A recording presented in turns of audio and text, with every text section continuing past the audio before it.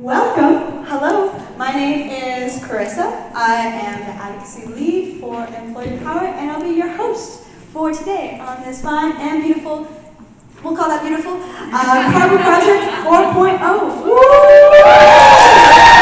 right. So we've got a very exciting day for all of you today, but before we even get started, I want to take the time to acknowledge that today we'll be learning, we'll be unlearning, and we'll be connecting on the stolen and ancestral territories of the Musqueam, Squamish, and Tsleil-Waututh Nation. And I say that not as a checklist item, but because it's important to acknowledge, that is a privilege that we have today, to be able to gather here today, to connect with one another after 2 years of isolation. Jeez, I don't know about you guys, but I'm having really trouble just talking to people and seeing their legs. This is new. Thank you for showing up today. That's what we did online, and it was just, it was an interesting experience that I never want to do again. Beautiful. Alrighty. So, another thing too. Some of the themes that you might address, they're very human themes. Themes of death, of loss, of grief, of mental health. And so I ask for all of you to take care.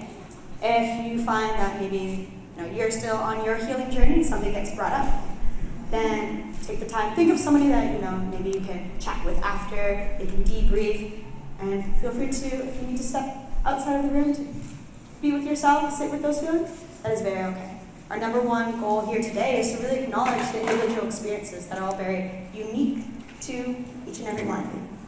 All right.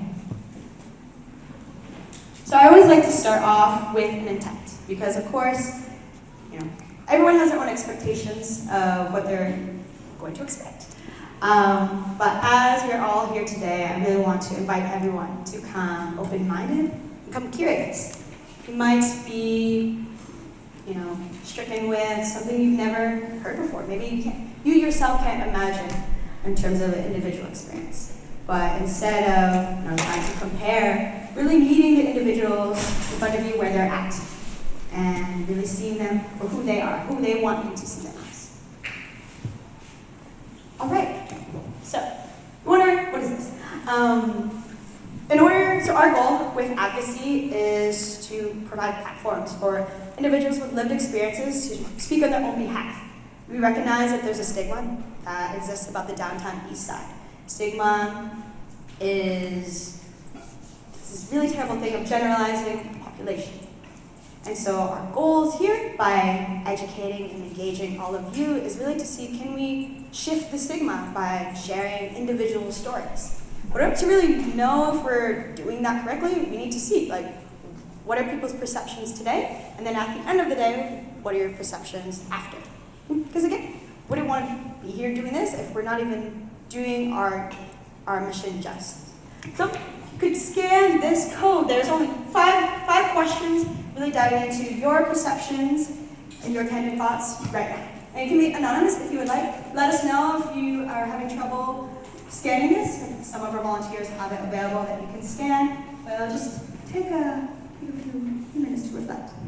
Thank you for participating in this really important process, because of course, we can't say that we're actively working to shift the stigma if we don't see where we're currently at. So whether you currently are, if your recognition of what the stigma is, or maybe you've already done some of your own searching, your own research, your own education, or maybe, it's being able to now narrow down, okay, what are the next steps? How can we really, give this message the platform that it deserves, and individuals with the lived experiences the opportunity to really speak on their own behalf. All right, let's connect. All right, so 2 years isolation sucks, right? So key and goal here today is to connect with somebody new. So I want you to look around, see somebody probably close by, introduce yourself, answer the question, do you think the image you have of yourself matches the image people see you as? Think about it, introduce yourself, make a friend. Maybe not a friend, I can't force it. Make an acquaintance.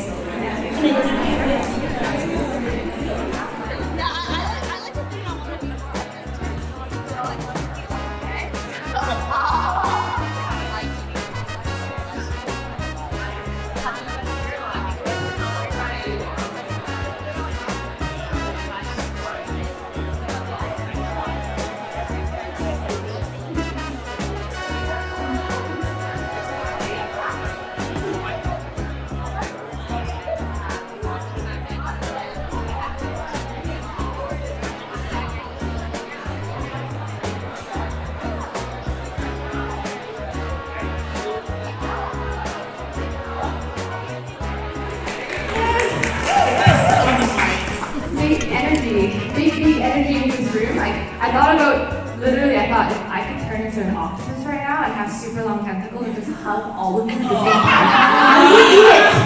But how uncomfortable would that be, just bringing you all together? So it's really nice to share the space and energy together. Like Ursa said, I'm still dumbfounded by the fact that I'm able to see everyone in full wind mode, which is really great. For those who are new to Employment Power, my name is Christina. And I am the Executive Director and Co-founder of Employment Power. Yeah.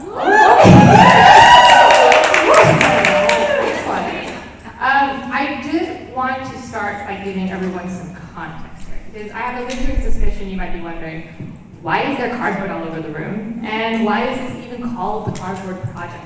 So for as long as I've been involved in this neighborhood, I've been in the neighborhood for 14 years, I've come across a lot of people with living on the streets, writing their needs in the form of messages on cardboard pieces. Can I just get a show of hands as to who's seen these types of messages, like spare change? Oh, come on, everybody.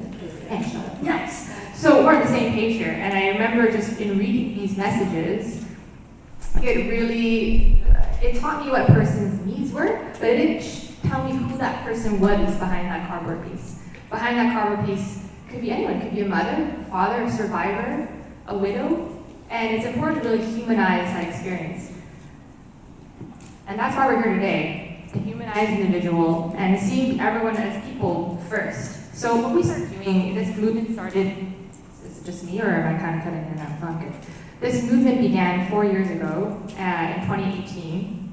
The first question we ever asked was, what's something in the past that's changed who you are today? And I remember asking this anonymously to the downtown East Side community and reading them responses, some responses being, I've been sober for 16 years, or the sound of my daughter's heartbeat changed my life, or I've worked my very hard to survive. And it really taught me the importance of looking beyond the media, because while there are drugs, crime, and violence that exist, it doesn't nearly paint the entire neighborhood.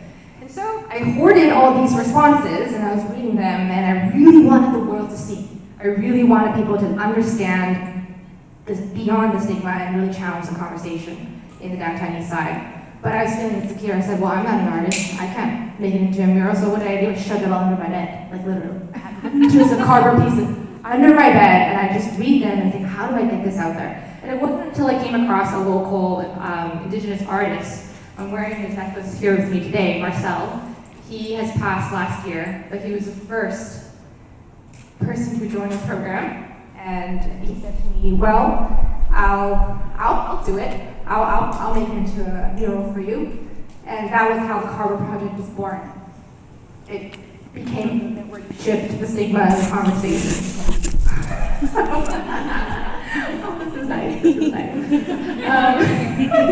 Now I'm gonna ball.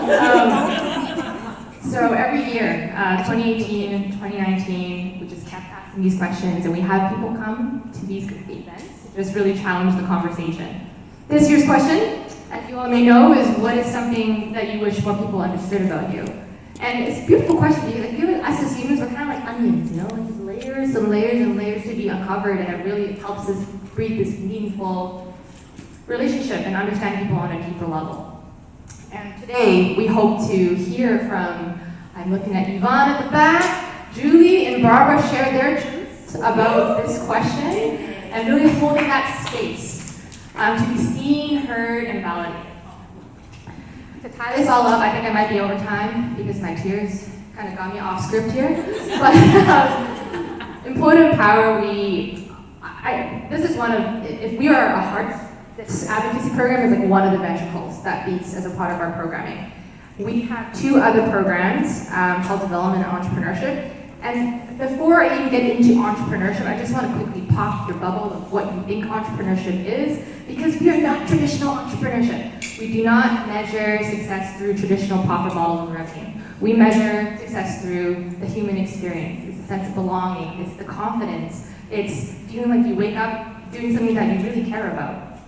And really, our programming is honestly just providing resources to aspiring entrepreneurs who really want to do something that they love, employing their passion. In the downtown east side, I learned that nearly a quarter of the community is involved in entrepreneurship, simply because it's hard to work a traditional 9-to-5 job who have like chronic health issues or mental health challenges. It's just, not everyone fits into this societal construct.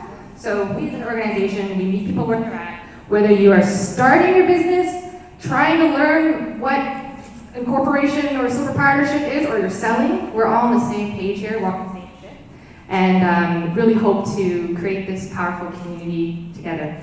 So thank you for coming today and showing all your love and support. It really helps us continue to host important events like this. And if you want to know how far your support goes, look around the room. Talk to some of our program members at the far back.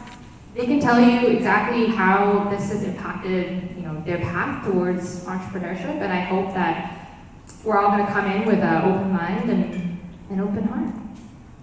Thank you.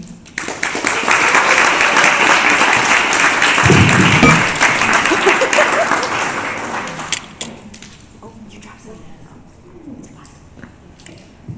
Hello. You're good. Oh.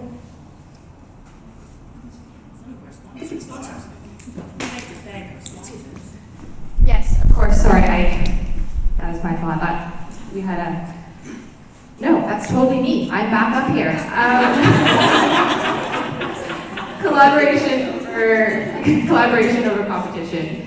We can only do so much through partnerships, and BC Housing has actually been our second supporting us for the second year. We wanted to show our love and support to just their generous contribution. They're not here with us today, but they're here with us spiritually, and we're going to be showing some love in that respect. Vancity and SFU External Relations has also been a really big supporter and champion as well, supporting us with the venue. I would give them a big cheer right now, but also their representative got sick today, so we're going to be just whoop, whoop, cheering on our own here for them from our hearts. And also with Daily Hive and Spotlight West, Daily Hive, the message of this event really required a lot of support in terms of media. So Daily Hive has been a partner for 8 years, and we really couldn't have done it without their support. So just wanting to give some love, some wholehearted love and hugs to our sponsors who helped make today happen. So.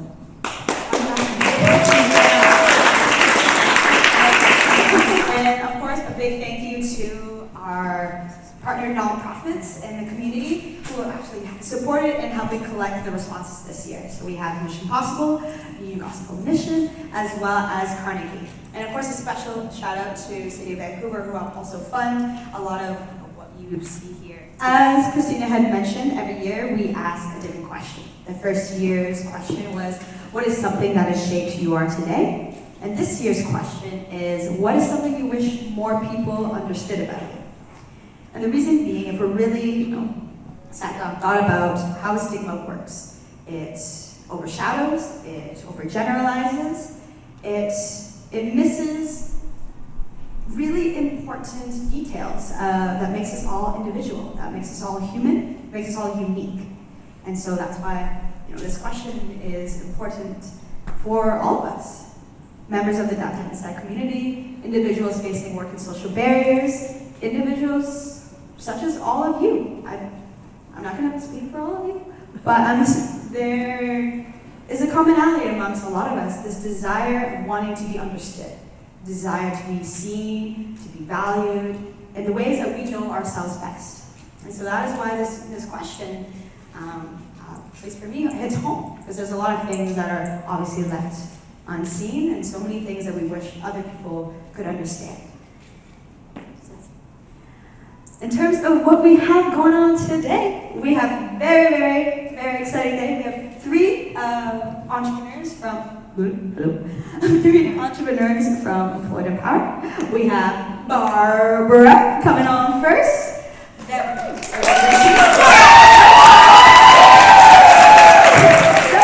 got Yvonne.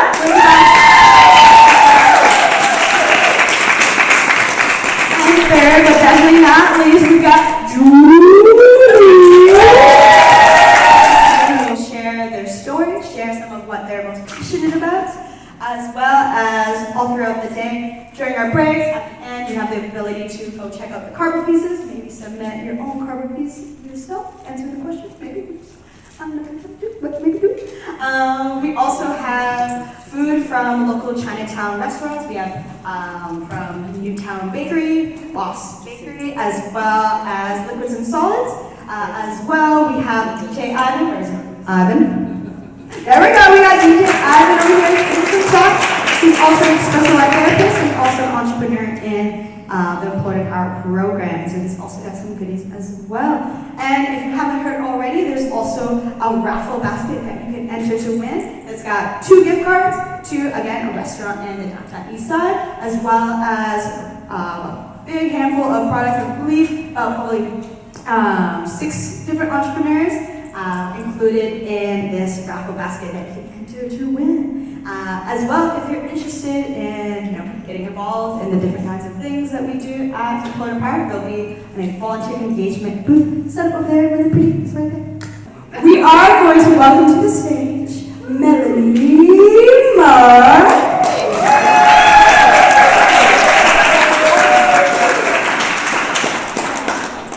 Thank you so much, Krista, and thank you, Christina, for allowing me to say a few words. To answer the question that you're putting before us, people might not know how hard politicians work, and that we have children, and we have to feed our children and clean our houses. But I say that because I'm Yvonne's daughter. I'm Melanie Mark, and I'm her oldest daughter, and I'm really proud to be here with her. I brought her cardboard project example that she gave to me when she sobered up. And Christina asked me through the protocol challenge, called my office, can you come?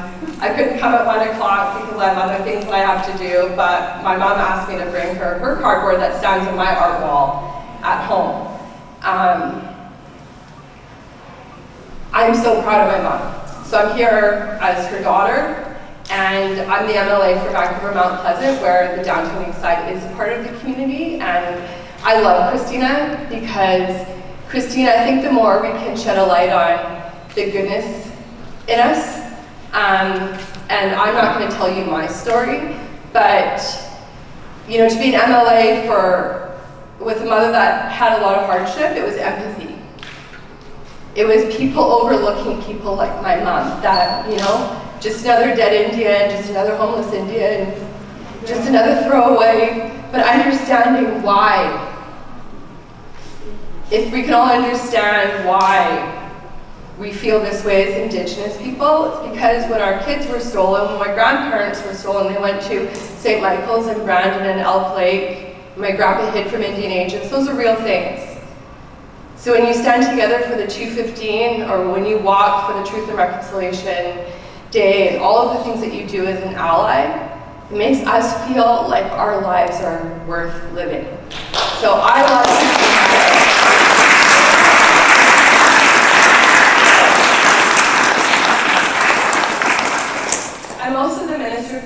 from arts, culture, and sport, and art's really important. Art's important. I see Deidre. You know, I think just the more we can kind of do our part to make the community, I'm glad to be a politician because I get to fight in Victoria for the community that I love. But arts matters. To be able to express, you know, I'm going to wear this part as a reminder because in the world of politics, we're just, you know, I was telling Vanessa, people just think we don't do anything. Like we don't care. And it's just the opposite. Just care too much. And having FOMO, I can't be everywhere at once. But I wanted to be here because I love you guys.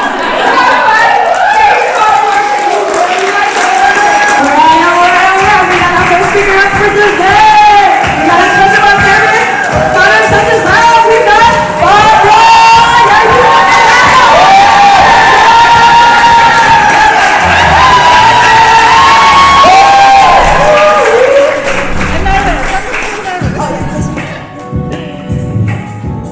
Hello. There we go. Hello. Would you like to stand or would you like to sit? Please. Sit? Oh, thank you. Hello. Sorry. You ready? No. Okay. Alrighty. Well, so the theme here today is individuals speaking on their own behalf, being in charge of your own story. And so, as I mentioned, I don't know if you guys heard, but I said we have expressive art therapists. Expressive art therapy, expressive art therapist. What does that mean? What does that mean to you? We use the arts, different kind of modalities, art modalities, such as visual arts, writing, and creative process to foster and go deep with personal growing, the personal connection. And so, I see that you say that with a smile. Personal growth, personal connection. So what inspired you to become an expressive art therapist, to do that and also share with all the people in this room? I want to share a little story. Well, I had no sisters. My neighborhood was just boys. So I had to figure it out on my own. So I started to draw my sisters and friends on the wall when my brothers literally ignored me. So and my mom gave me some objects and different recycling to create those flat walls in 3 scenarios and play alone. Right? I remember a long time playing alone. So anyway, I grew up wondering about my brother's behaviors and the power of the mind, and I chose psychology. And my curiosity went to art therapy and everything that happened in my country. And art therapy opened the door to expressive arts therapy here in Canada. That is, I'm very fascinated with this concept modality. So, tell us how this journey led us to Senses Lab. Senses Lab is a safe and not judgment space. We offer workshops developing expressive arts therapy. It's the space where the body speaks and is here through creativity and imagination without having an artistic experience. You can explore your unique artist skills. We invite you to explore a healing process, connect with your senses, and that's the sense of love. Oh, thank you. And so seeing the theme is what is something you wish that most people, or wish that people would understand better about you. What is that for you? I told you it's a phenomenal question to me. And take courage to answer And because I don't want to put a thought in other minds, let's say I'm a puzzle. I with a missing piece, I think I couldn't work. One of those pieces are my love for my children, my love for God, my vulnerability, my resilience. I try to do the right things according to my worldviews, my beliefs, and I believe I can express myself with my work, with my artwork, and connect with others in different ways, not just with one word. And I'm very, very excited that today so if you look, maybe, do they need it yet, right now or later? Yeah, whatever. It's okay. Okay. So, we have a special surprise for you today. We have a cardboard. Yeah, everyone underneath their chair, there's a piece of cardboard and there's a marker. There also will be other markers if you need more markers. Of course, not all the chairs are filled, and that is okay. So that would be Yeah, sorry. okay. Oh my God. Yes. And so, what we have going on for actually the rest of Barbara's time with us is she's actually going to take us through some of her expressive art therapy, and all of us get to dive into some of our senses and our own ways of expressing ourselves Just artistically. a little piece about what you're expecting about working with the Senses Lab.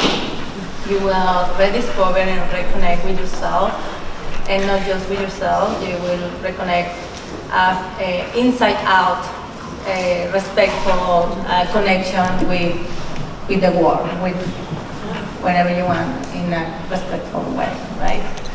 I think people didn't really hear that. Can you come closer to your mic? I mean, this cardboard, we will do an activity to connect and take away the stress today. And I'm talking about myself. That is a little example about what is work with Senses Lab. What I said, you will rediscover and reconnect with yourself, and in a loving and a kind way. Let's do it. I want more people So let's take a breathe out. Like the car, we have the start, right?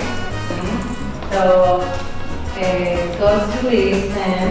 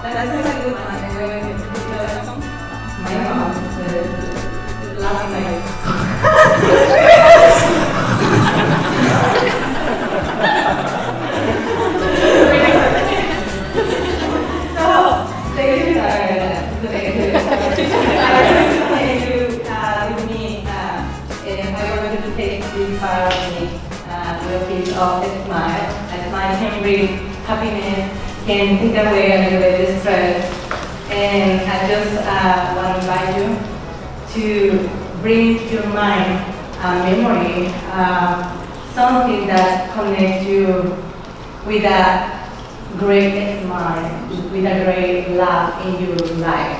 So bring a memory where you had a contagious laugh in your life. So, and you can take your cardboard and take, I don't know, 5 minutes, 2 minutes, come on. Yeah, 5 minutes and try to draw, allow yourself to draw this contagious laugh where you can draw it in the cardboard. There's no wrong answer. There's some examples here. So we're drawing someone we know that has a Your contagious laugh. laugh? Your laugh. Oh, my laugh. You're doing that. Good. Maybe your best laugh, your best smile. You know, like those kinds of laughs you have where you're like, where? I'm gonna have 6 class pads after this. That laugh. You know, you almost believe, but you don't. And you have to, or maybe you're in class laugh because you're like, or you're the kind of laugh disappears. Yeah. Some people do that. Or especially your eyes. Oh yes, this one's mine. I'm an eye squeezer.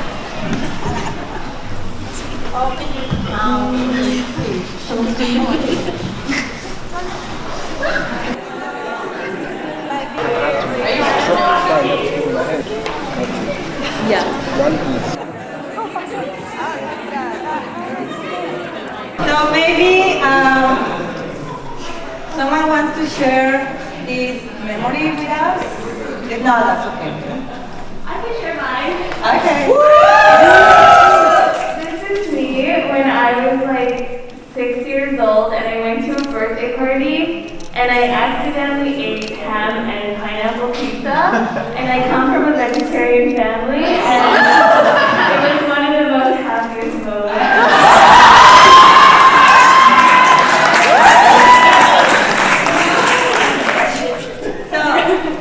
You are a vegetarian right now? Yes! See, it's a memory now. Anything else? Anyone? I am going to manifest session because I believe in manifestation. By the way, my name is Charles Makishi. It's a pleasure to be here with all of you. So this is me when I finally raised $1 million for my startup.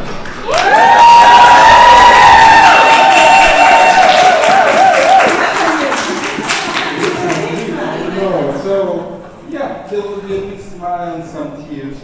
We're talking about stories of family, stories that we encountered together, really funny things. And so I'm crying tears of laughter, but I'm also crying real tears because, you know, it's the end for my mom. But the fact that my sister and I, my mom, have such a connection to talk about these really, really funny stories, it just was a really amazing moment to realize that we're such a happy place, despite a lot of trials and tribulations as a family, that in the end, we're all sharing joy together. That's everybody here. It's me, my hand. Well, and I lose that too. So I don't know, I can't bring any memories, but just my big ears here. Remember me when I was like 3 years old. Anyway, yeah. I smile like that all the time, so. Thank you so much, guys. I thought I can bring you 2 more things in your life and connect with others. And that was my part today, to connect with you with that smile. Thank you so much. Thank you so much for sharing that really important, vulnerable piece of you with us. So I have one last question for the day, and then we'll have a break. What's next? What does your journey look like, and how can we all support you on that journey? Volunteers and serving others guide me to Census Lab journeys. I really value it. I want to continue to do it. And right now I'm learning different things, a lot of things, and one of these is being a, I don't like this word. In Spanish, don't sound the same. Entrepreneurs. I got it?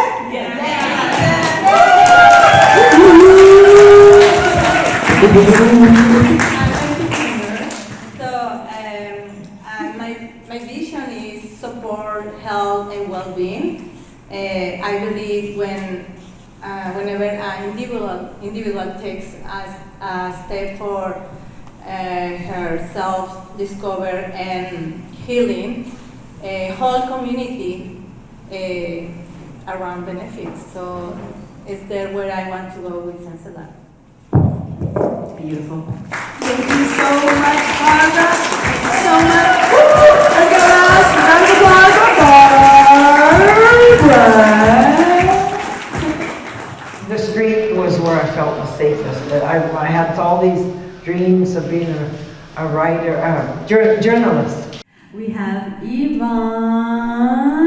Mark.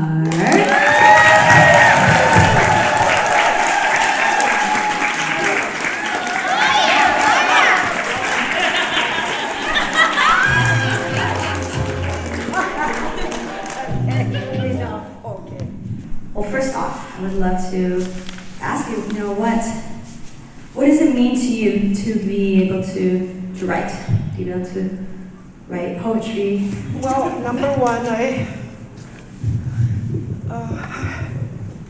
get emotional, period, but I never, ever thought that I'd ever be sitting here. I always, I was always labeled and half up, and I was in boarding school out in Surrey. You dumb Indians will never amount to anything. You're just a dumb chug.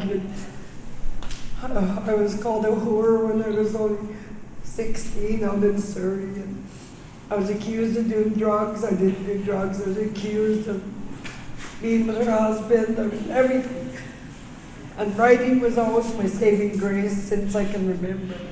And all I ever did was little books like this to carry around with. And I'd write. And I cleaned up. I was after being accused of being, all kinds of stuff happened. As a teenager, came from Haida Gwaii and town of 500. I ended up in Surrey, and my dream was to be a journalist or a nurse. But I look at it like, if I'm lucky, I could clean your toilet bowl. That's the way we were treated. I worked fisheries. I have that. Thank you. Thank you. I was quite bitter. Like I knew I had the smarts, but I was never encouraged. And as most of you know, I'm Melanie Mark's mother, and she was just here. And I had 7 children. I have 5 boys, 2 girls. But my son Wayne was run over by a semi by the peony on Cassio and Hastings on August 22nd, 1988. At that time, I had almost 6 years of sobriety. And I thought, screw this, who needs sobriety? So I went out, and we ended up down here on Hastings. I was 37 when I was introduced to crack cocaine. And then I went downhill from there. And it was actually my daughter Melanie's 30th birthday, and I remember just praying to beat the band. I was by Main and Hastings, and I thought, oh, my crackhead friends can't possibly see me just praying. I mean, what'll they think? And I was living out of a shopping cart, homeless, and I remember just standing there. My hands were almost stuck to the cart. I was so cold, and I just prayed, God, if you're real, please help me. Please, I'll do anything. And then it just happened. I don't know how long I stood there. I've never been a religious person, and I just remember, especially the death of my son. I thought, oh, goodness, you're so effing good, God. Oh, why my son? Why my son? Anyways, I just remember that it was like the weight of the world. It was just my stomach. I can't describe it to this day. It was like I went from being embarrassed to pray in front of anybody. I didn't even know how to pray. My hands were in the sky. I was thanking God. I was almost dancing on the street. I was oh God, I'll do anything. And I thought, if I can go after sobriety like I did the drugs and alcohol, I'll have it made. And that's when my journey started. But I've got a lot to share, so I don't know if you have any more questions. Or do you want me to? Sorry, I'm letting you sit in. Well, first off, thank you for sharing that. I know how tough that can be to share that part of you.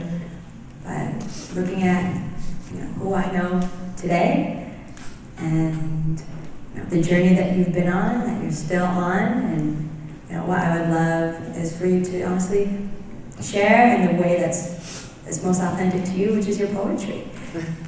Would you be comfortable sharing? Oh, no problem whatsoever. Number one, like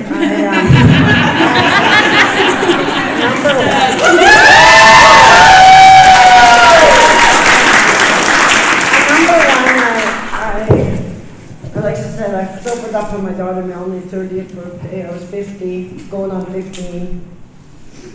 And this poem was, it just happened to be on a piece of cardboard. Like I remember with couch surfing, I remember looking back as I went out to Coquitlam to stay at my sister's. I humbled myself to ask my sister Melody if I could stay at her place, and she welcomed me. All my family, they were praying for me. Anyway, I'd write on anything I could possibly find. It could be a napkin from the restaurant, usually back of flyers or something. I always found something. In any type of magazine that I'd get together to write my poetry. I'd always misplace it, and I'm computer illiterate. Oh, I'm sorry, I'm computer illiterate, so I just made do with what I had. And before I start, I have to talk about when I was rejected from SFU. I went to sign up to be into journalism, and they said I couldn't because I was computer illiterate. And I said, well, I was born with a pen in my hand, not a computer. I said, I was so I said, what, this is about writing. I couldn't believe it. So I just decided, I'm going to self-publish. So I got a studio in Chinatown, and I happened to be across from Employ to Empower. I met this wonderful bunch of people that have been nothing but supportive, and I don't even know where to begin to thank all the people that encouraged me when I had the self-esteem of a slug when I sobered up, or anytime anyone would compliment me, I thought, oh, what do they want? Or they're just feeling sorry for me, I know it. And to just say, now I can say thank you. This means a lot to me, because especially with the education that I've had, and I got my GED and at Native Ed, I was aced it in English all my life, but I never did anything about it. So, but I will. There's so many poems to read, but I really want to read this one that I wrote Melanie, and she. It wasn't just for Melanie, but it was my 1 month and 1 day clean and sober, and I gave it to her on her birthday, and everyone was crying, so be ready. Oh. Anybody? I'm going to stand up to read this. Stand up. Good. And I'd be better without my glasses. So. Gratitude, not attitude. Well, it's been 1 whole month since I've been sober and clean. And I have mega gratitude. But I'm not always serene. But this too shall pass, and there's a rainbow ahead. I'm not dreading each moment, and at least I'm not dead. Oh yeah, that's ever so morbid, and death ain't easily shared. But I'll take the liberty to thank my Creator that I've been spared. No, I'm not trying to change the world, although I do spread the word, as I'm not chasing the dragon, and I feel as free as a bird. I'm now an eagle in the sky with my big wings to spread, with so much exploring and awesome days ahead. I have so many amends to make, especially to my kids. And at times I feel like I'm trying too hard, semicolon, subconsciously making bids. My time spent with Maya and Mel, Maya's my granddaughter, have been mainly bliss. Although there have been times that I've let out the odd hiss. That's why I was afraid to show it to my daughter. A little bit too honest, but mumbo jumbo and frothing at the mouth. Sometimes actually feeling like going south. Now, this is just one example of the mind of an addict, and one day at a time, I continue to seek more magic, all my relations. And all my relations mean that's it. And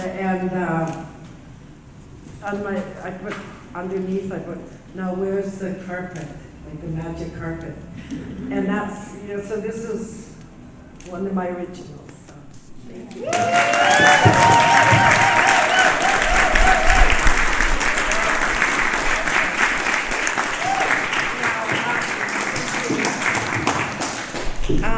So I look at writing as healing, no matter what. And I know I'm a good writer, it's not bragging, I've had this gift since I can remember.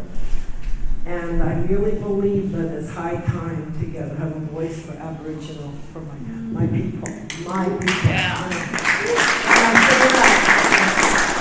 I've always felt that the only time we've had the voices when it's bad news, they're at it again, whatever. And I don't say that with malice, and I look at it as rise above. We're all in this together, and I find that writing, I express myself better in writing than I do verbally, like this. So I'll go on to the magazine that back there will be selling for me. I ended up being the speakers bureau at Megaphone, and they paid me to do this poem, and it was really my idea about the graphics, the art, and I said it's so much. I think poetry is so much better when you can visualize, see. So it goes. So I was literally an alley cat downtown. It was the alley was my living room, and screw the rest of the world. Who cares? I really had such an ugly attitude, but. This poem is one of my favorite, and I wrote this, and I pretend that I'm in the alley and I'm writing. I've got my feather pen and I'm writing, and this is, anyways, this is my favorite, so I'll read it. I used to roam the alley with only one thing on my mind: to stay in oblivion, as the world was far from kind. I rarely passed a mirror to really see myself, as a reflection was too ugly and self-loathing topped the shelf. If I had a place to live, it was empty and so bleak. And where my heart really was seemed too vast to seek. I longed for my children and hated the bitch that I became. Lord, help me please. I suffer so much shame. Shame kept me in the midst of a road that led to hell. But today it's oh so different, and I have a miracle inside this shell. The shell that I once wore with an armor extra thick that slowly unraveled, although we want it quick. The quick fix doesn't work, and patience is a must. Let go and let God. Surrender and try to trust. Trust in yourself as you're a new creation today, and be diligent with your gratitude, and don't forget to pray. All my wishes.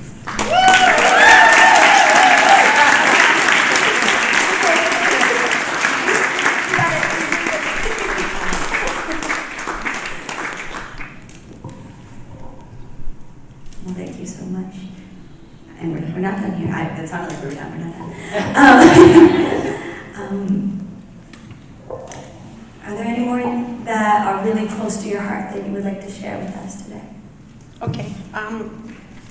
Actually, I'm going to, regarding my self-publishing, I do have, I got so tired of rejection,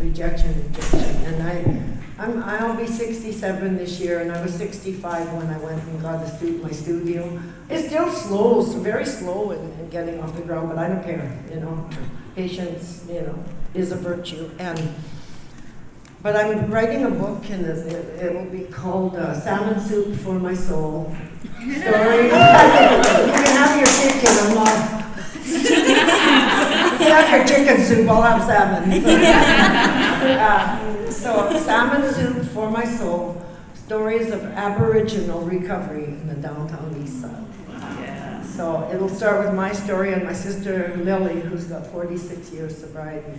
And I know so many people with wonderful stories, and I figure, our stories are very rarely heard. And when they are, they write it the way they want. And I don't want to elaborate on they. I look at, why complain about it? I'm already doing fulfilling my dream, and that's the biggest thing that,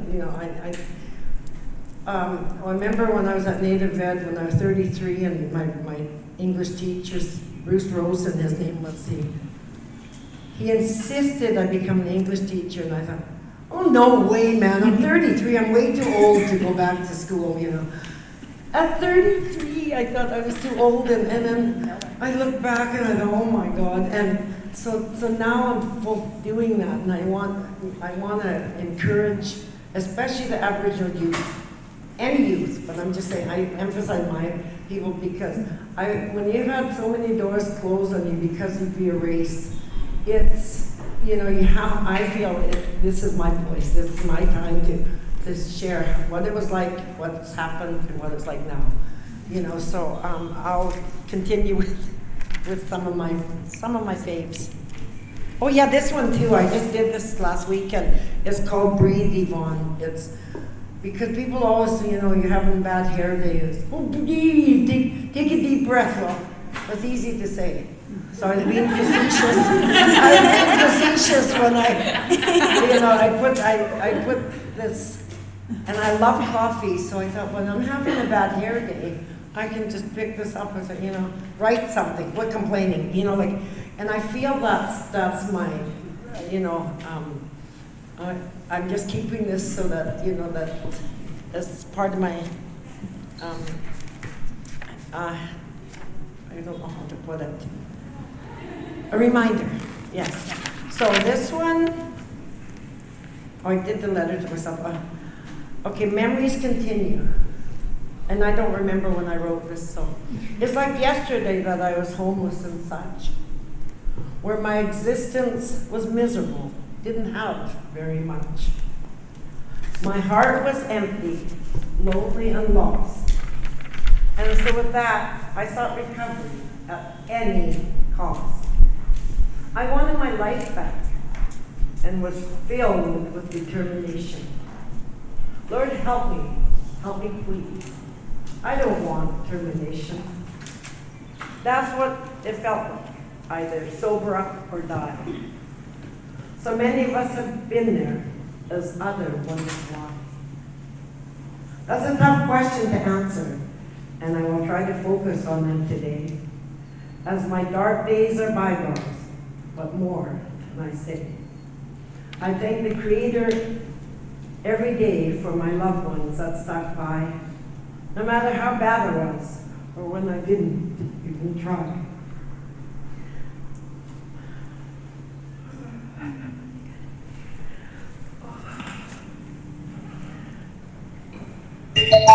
Try to go to bat for my kids who are in foster care, or to really look in the mirror and see the despair.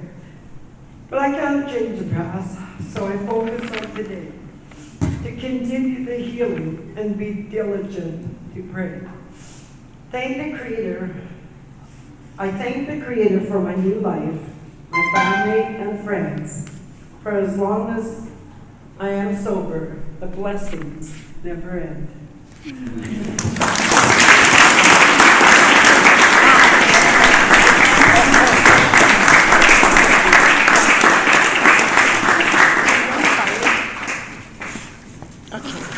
Want to shake it out? I try my best not to Shake? cry. In our culture, in our culture, if we're like you saying, like the shaking, whatever, that's I can dance it off and all that, but normally we do either the smudging or you cedar boughs. So you take cedar and just down. And if you don't have it, I just brush myself down and just let it go, let it all go. Before it was all bottled up, and I still do that. But I have to practice what I preach, so to speak, because I'm like I say, I'm 66 and I go nonstop from the time I wake up. So writing again, it's the end all. No matter what I go through, I find that writing is, magic. Okay, so. Thank you. We still have a few minutes left. Okay. I just wanted to look out to the audience because I know. Okay. Thank I have you. a question. Oh, yes. Would you kindly say your poem in your language? I can't. You know what? I will stand up to this because I'm so lucky I didn't have to go to residential school, but my dad only had grade 4 education. He was hidden in the bush up by Hazelton, where my dad's from, so that he wouldn't have to go. So for at least a month, my dad was in the bush there, and then Mom and Dad were in Prince Rupert, 3 siblings born before me, and then they moved to Haida in a Caucasian, well, I said that we were the only Aboriginal family, so it was a white community up in Sanskrit. And for lack of the term, I don't know, I just say, but we were the only Aboriginals, so I didn't get our culture. Mom and Dad only spoke their language when they didn't want us to know what they were saying. So we did, and my mother was in residential school, St. Michael's in Alert Bay, and when I was 33 at Native Ed, and I remember going in the first time ever doing I was so proud. This lady named Alice Jeffries talked me into learning the culture. And, oh my God, I was so nervous. I'd never been to a powwow, never ever knew our culture. And I talked to Mom about it, and she says that it was devil worshiping, and that's what she was taught in residential school. And I said, well, I guess I have to worship the devil then. And I'm not sarcastic or anything. I just thought, I'm following my culture. And so I was the first in my family to really go out there. And I remember my son Mitch, my youngest son, took him to a powwow for the first time out in Mission when they still had them out there, hearing him in the little snuggly and walking through the circle, the welcome dance. I never, ever, I'm just still learning our culture, I proudly wear my native regalia, where before it was, I wasn't ashamed, but I just didn't know how when you're between a rock and a hard place culturally. I hope I answered your question. Around that topic. Anybody else have questions? Okay, I'll read another one. And this one, I just go through stuff and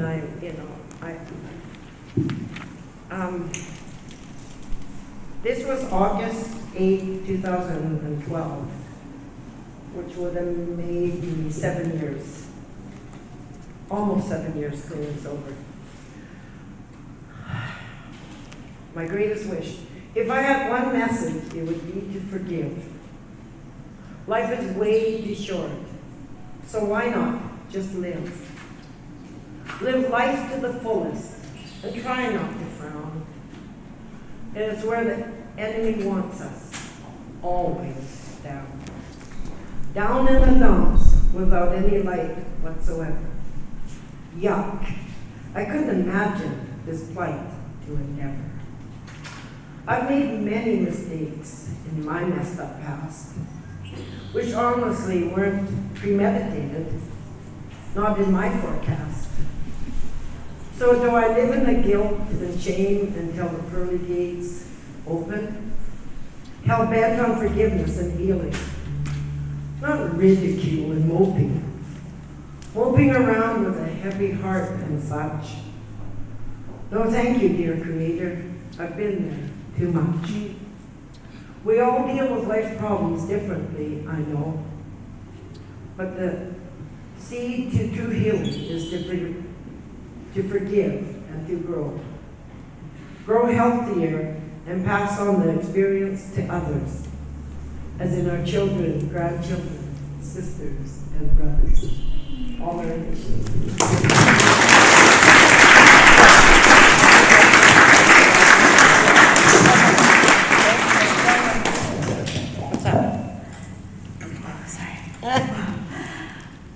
So one last question for you today.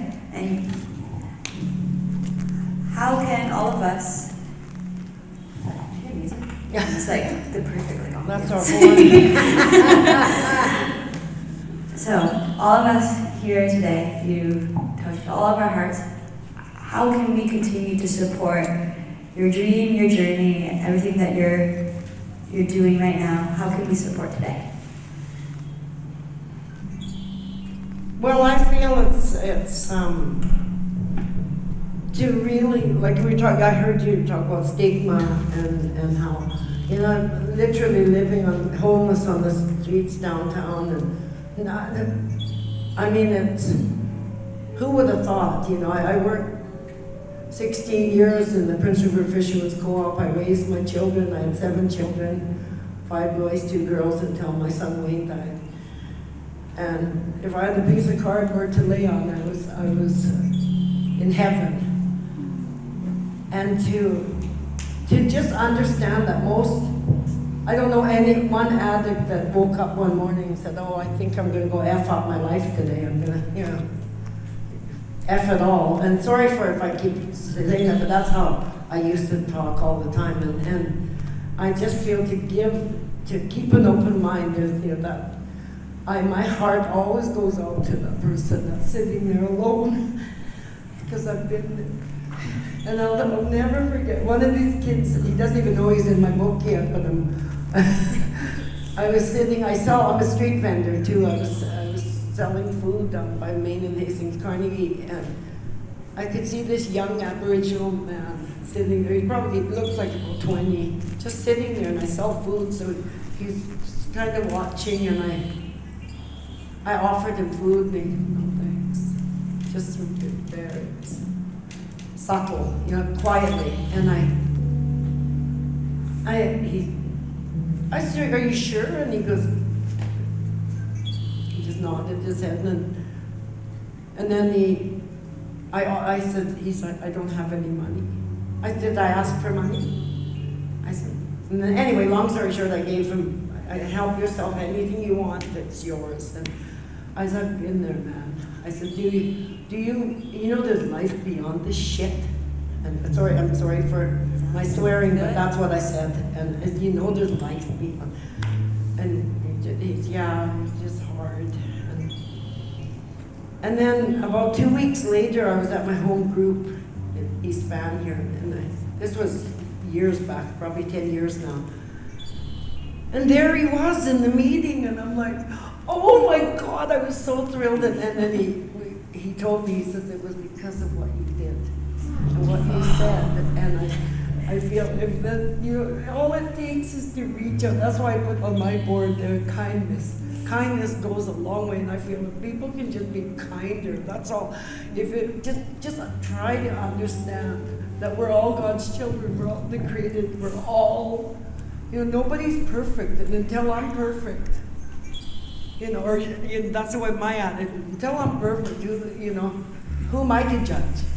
So that's.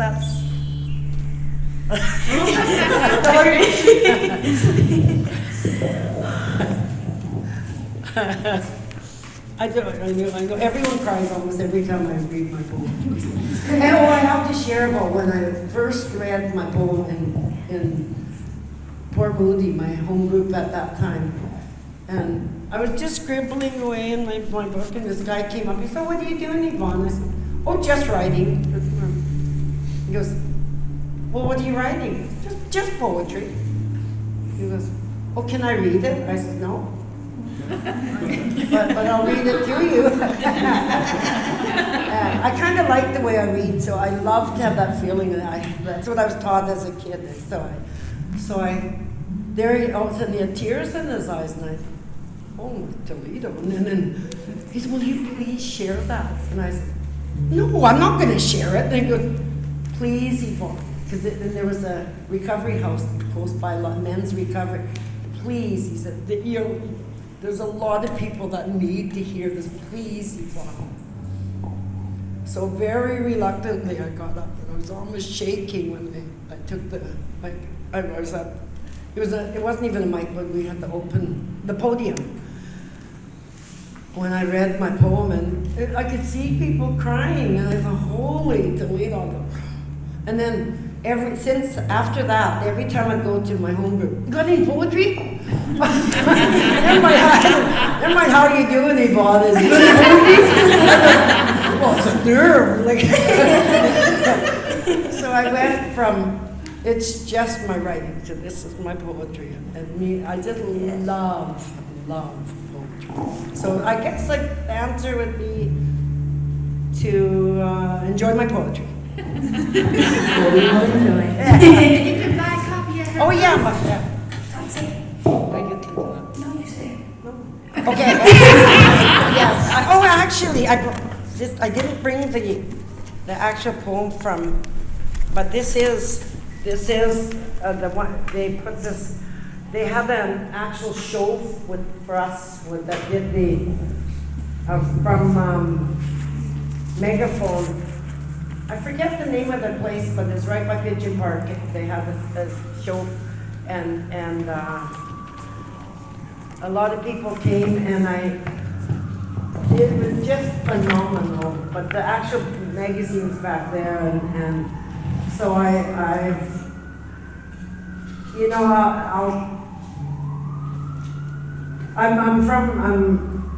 the middle child of 7. And I've always been different, always, and I like that. But and one of the big differences is I have no fear. I get up and I share. What are you gonna say? Whatever comes to mind. Because there was a time when I was I had to sound. I wanted you to hear what you know what I mean. Say what you wanted to hear. You know that saying? I forget the name of it, but say what you wanted to hear.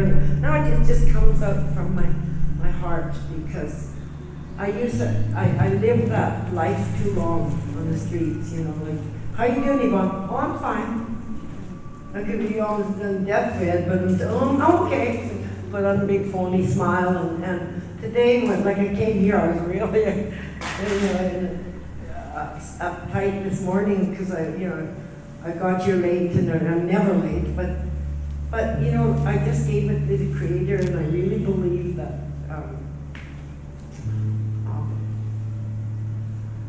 I really don't even know where I was going with that, but I'm so grateful for being here. And thank you so much. Yeah. for being here today.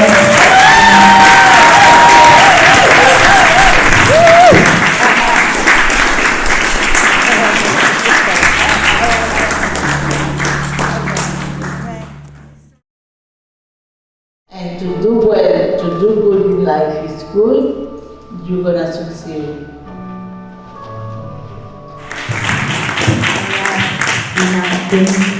With great excitement to introduce our last but not least speaker for today, we got Melanie.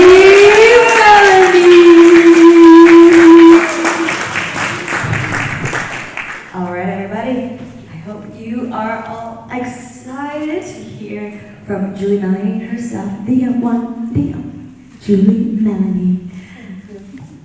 So, we've got a little snippet from the video that was shared, but I would love to hear from you yourself. What inspired Enviro Bag Evolution? The inspiration behind Enviro Bag Evolution was born by necessity. I am bound to electric scooter, and I do grocery, I go to the bank, I do everything on my scooter. I do even do laundry, and I have a basket in front, but it's so small that I couldn't put everything that I needed to. And I'm a sewer, and I'm a seamstress by trade, and I said I have to do something about it. So I started figuring out to cut and to sew and to cut some more and to sew some more.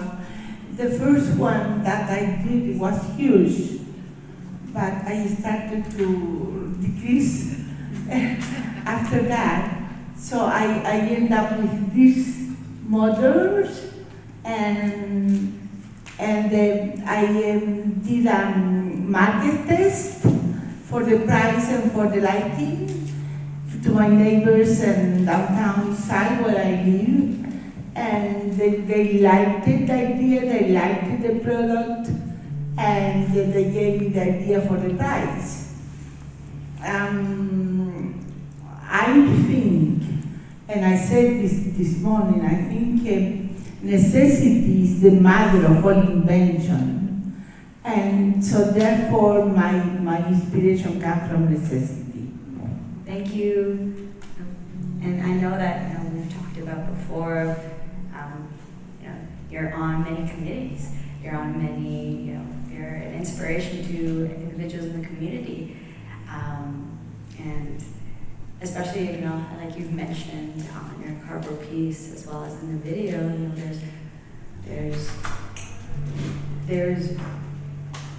There's feats to be overcome. But what I really want you to kind of share, not from me, but from yourself, what is something you wish more people understood about you? Thank you. I would like to be understood by the fact that I am an entrepreneur today. I am a disabled woman, but I'm also a human being. In order to be where I am at, I have the support of Employee to Empower, which is a huge support for entrepreneurs. And it's thanks to them that I am where I am now. I put the work is true, but I put the support is very, very important to have a support when you're an entrepreneur or when you are in any career or doing whatever you like to do. The support is super important. And so I would like to know that to be here where I am now, I have to become barriers. The barrier of language, for example. English is not my first language, it's Spanish. The barrier of age. I am not 18 years old, even though I wish, but I'm not. So I have to become the barrier of age, to become an entrepreneur at advanced age. At senior, I am a senior. But all that to say what? The barrier of living in the downtown east side, that it has a huge stigma as itself. But I live, breathe, and play and work in the downtown east side, and I love it. I love it. It's such a genuine community with its needs, with its flaws, with its issues, but it's a community nevertheless. And what I would like to be most understood today is that anybody can achieve more than I can achieve today. It's never too late for success. Success has no age. Entrepreneurship has no age, and always be you has no age. So that's what I want to be understood by that. I agree, and like the theme here today is recognizing, there's a stigma that exists, there's assumptions that exist. That doesn't stop people from being able to be successful, to chase their dreams, to be able to think about all things that light you up and go for it. Something that I want to tap your brain on is, as if you've had the chance to see, there's the table over there with her bags, and love following your successes. What is something about your journey that's surprised you, or if anything? What surprised me the most was when I took my business course from Employ to Empower. I learned so much. Everybody thinks, okay, I'm gonna be in business, I'm gonna sell and collect money and give a product, but it's not that. There's so much involved, there's so much to do. And Employ to Empower gave me those lessons. Employ to Empower helped me to become an efficient entrepreneur. Employ to Empower helped me to become a businesswoman. And the thing is that that's why I'm so grateful, so grateful to Employ to Empower, because their support is so important. Anyways, it's so important to entrepreneurs, and they are there for us, and they still are for us, even after we finish the business course. They're always there for us.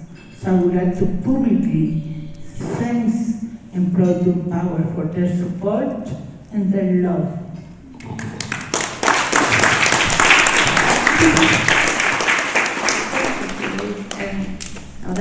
Thank you. Thank you for coming in, for showing up, for sharing what you're most passionate about and your business with everyone here today. And thank you for having me. I would love to,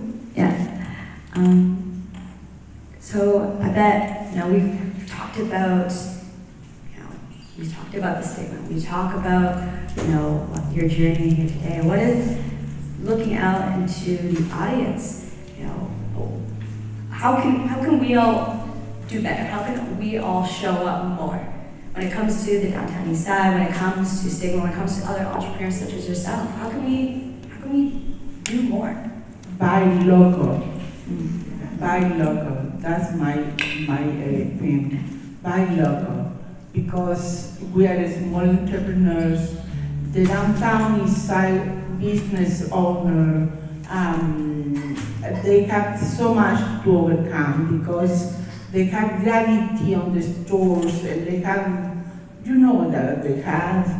But buy local is so important.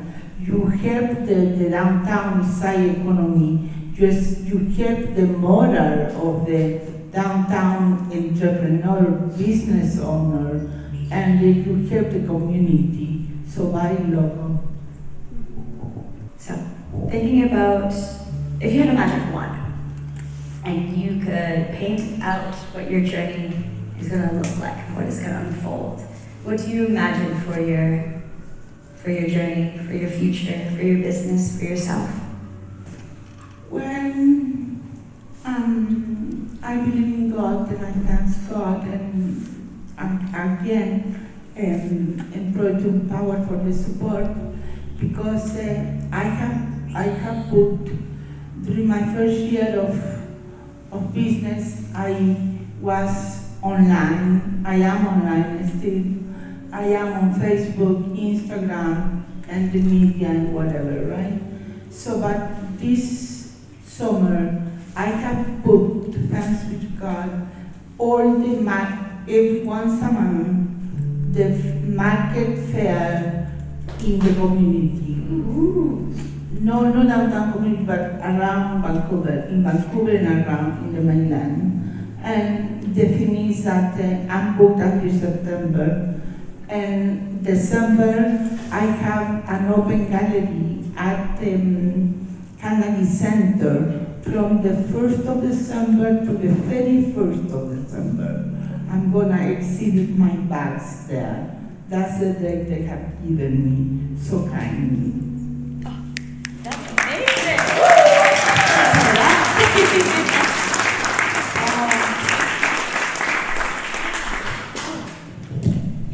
Just so I remember, Julie Melanie is a very busy woman, and so for her to be here today, spending her time with us, her very valuable time, is a blessing. So, just so everyone knows.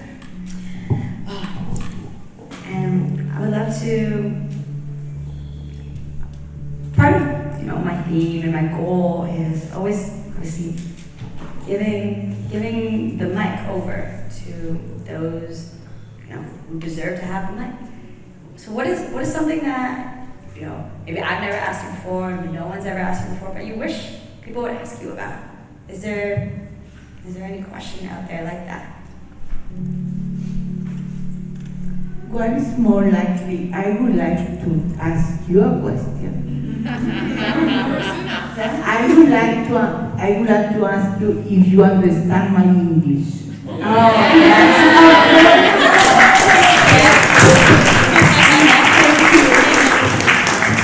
Beautiful English. Thank you.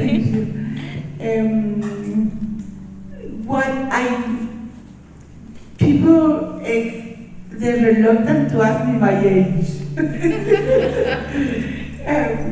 I'm a senior, I'm 67 years old, and very proud to be one because it took me all these mistakes, it took me all this time to be where I am at now.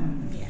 So, I'm very grateful for the experience that I have in life. I'm grateful for my journey as an entrepreneur, and I'm so grateful to employ to power. I can't mention enough. Yeah, so it's my age. They're reluctant, but don't be reluctant. If you want to know my age, just ask. And I wouldn't be insulted or down or nothing. I'm gonna answer. Oh, I love it. Oh, and I think that's what I really admire about you, and that I aspire for myself when I'm 67, is that I'm living it up. That I'm starting my own business, opening new chapters, and proudly saying, ask me my age, ask me. And so, sorry, just lost my train. So when we think about, thank you for sharing that, and I know that, lots of different people have a different relationship when it comes to age and the number.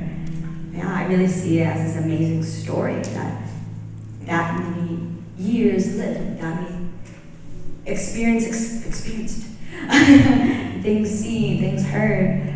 Is there anything, if you could pinpoint it, that really shaped who you are today? Motherhood. I'm a mother.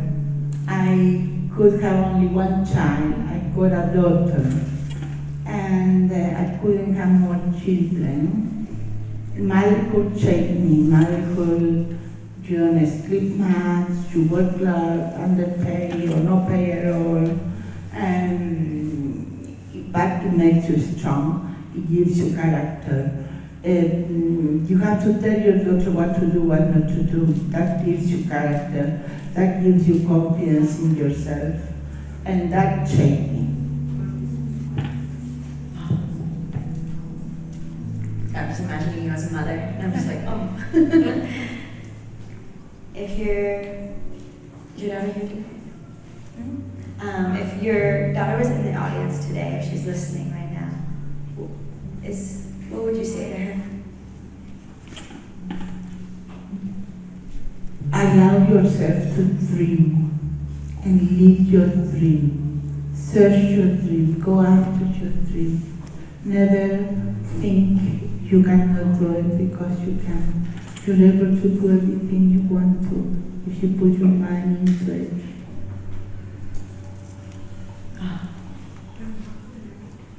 Thank you. Just letting it sit. Listening on. I remember when we were planning for today, you also wanted to bring it over to the audience to ask some questions. I know you love connecting with new people. Anybody out there have any questions for Julie? Don't be shy.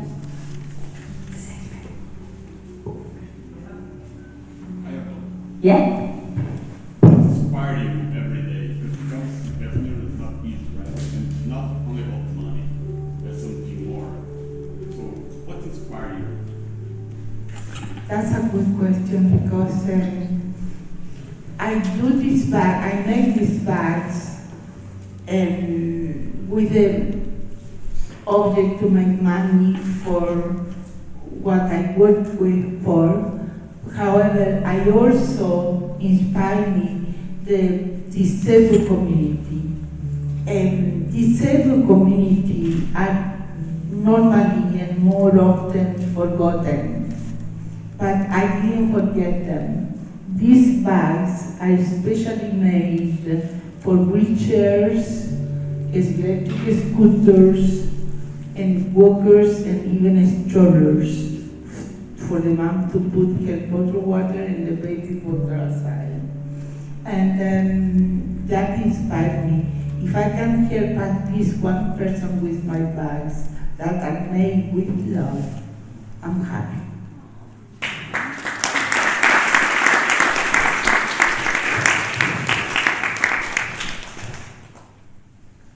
That's my next question. My next question was, thinking about your journey, and what do you imagine?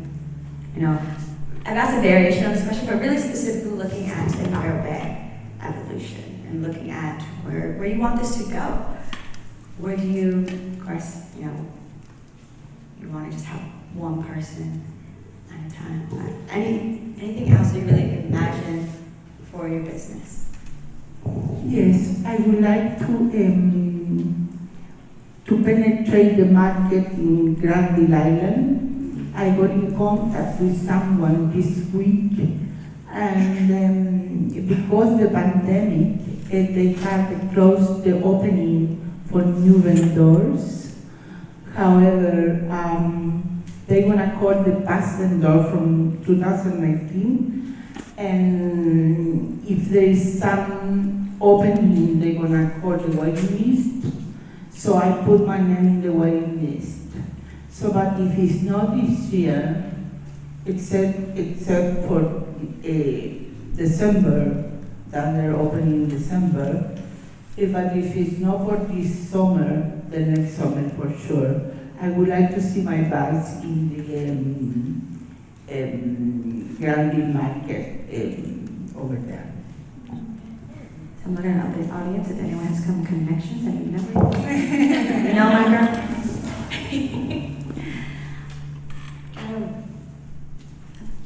A few more questions. One of them being, just because you're such a, this has come up naturally, but you're such a, how do I describe it? You just have so much wisdom that I want to pick your brain. Yeah, what is maybe the best advice that you've ever heard? Or maybe the best advice that maybe you've already said it and you can reiterate it, but I really want you to share. What's the best advice that you would like to share with us today? I was watching, I like documentaries, and I was watching a documentary about a famous and very successful businessman. And the last question the journalist asked him, and he said, what is the success, the secret of your success? And he says, for your business, and he says, perseverance. And it's so true. It's so true because everything in life is perseverance. Today you fall, you get up and you continue going. This job didn't work, that's okay. You quit, you start something else. You persevere, going. And life is going, no stop. Even if you want life to stop, it doesn't. So you have to go. But persevere is very important, and that's a very powerful phrase that I got.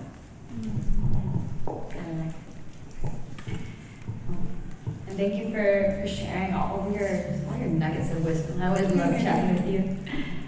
Something, of course, maybe many people in the audience are wondering is, okay, so this pay, how can I get my hands on them? How can I support you, your journey, your business? Where can I buy a bag? That's a good question.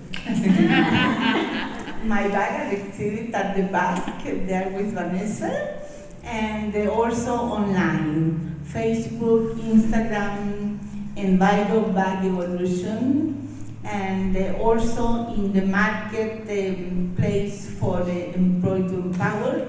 I'm online with them, so there's a lot of ways to contact. I have a business card at the table back there. You can contact me, and I can meet with you and give you the bag. It's not expensive, it's $16.99, $16.99, and it's very practical, very easy to use. And just one last question. Where does all the fabric come from? Well, the fabric, the strap, the fabric, everything is recycled fabric, the recycled materials, and the fabric is donated.